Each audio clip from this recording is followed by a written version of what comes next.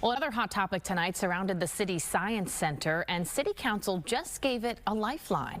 The mayor and administration were poised to turn it into storage for wastewater. However, after a passionate meeting, council voiced support for saving it. Fox 13's Genevieve Curtis is live in downtown St. Pete tonight. So, Genevieve, it was quite the meeting this afternoon, huh? It certainly was, Allie, and it left some council members feeling a little blindsided. For some of them, it didn't quite pass the smell test. They were left debating a science center versus sewage, when really they all said they feel like the city can do both. We need that science center to give that opportunity and education to the kids of St. Petersburg, to show them there's so many different things they might not be exposed to at school that they can have a career in one day. It wasn't an all-out win for them, but dozens of supporters of the science center left City Hall feeling hopeful the city will go through with selling the center to the St. Pete STEM group for the purchase price of $1.6 million. I hope it sends a clear message that not only does the community want this, the council members want to see this happen. The center in West St. Pete has sat vacant since 2014. Over the past 4 years, the city made every indication it planned to sell it to the St. Pete STEM group, which would reopen the center.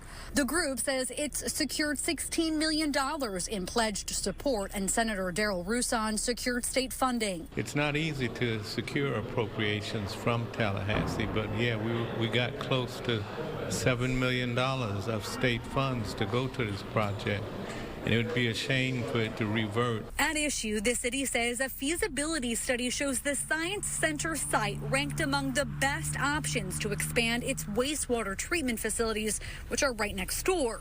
And last year's hurricanes further underscoring the need to increase the city's capacity. Everybody knows that wastewater is a significant issue in the city of St. Petersburg, and we're doing our best to protect the residents' interests in that area. But council members took issue with parts of that feasibility study and a process that has left them wondering how they ended up in a meeting with the Science Center getting scrapped. Seeing all this, and it's just the math isn't mathing. Have we made mistakes? Sure, we've made mistakes. All of them voicing their desire to find a way to revive the center and utilize another site for wastewater expansion. I'm willing to be inconvenienced to allow a project like this go on.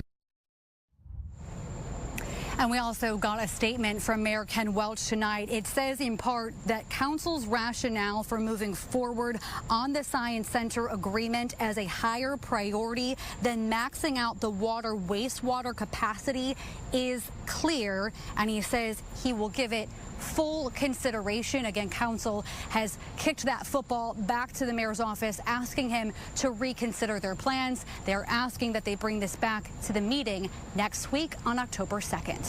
For now, reporting live in St. Pete, Genevieve Curtis, Fox 13 News.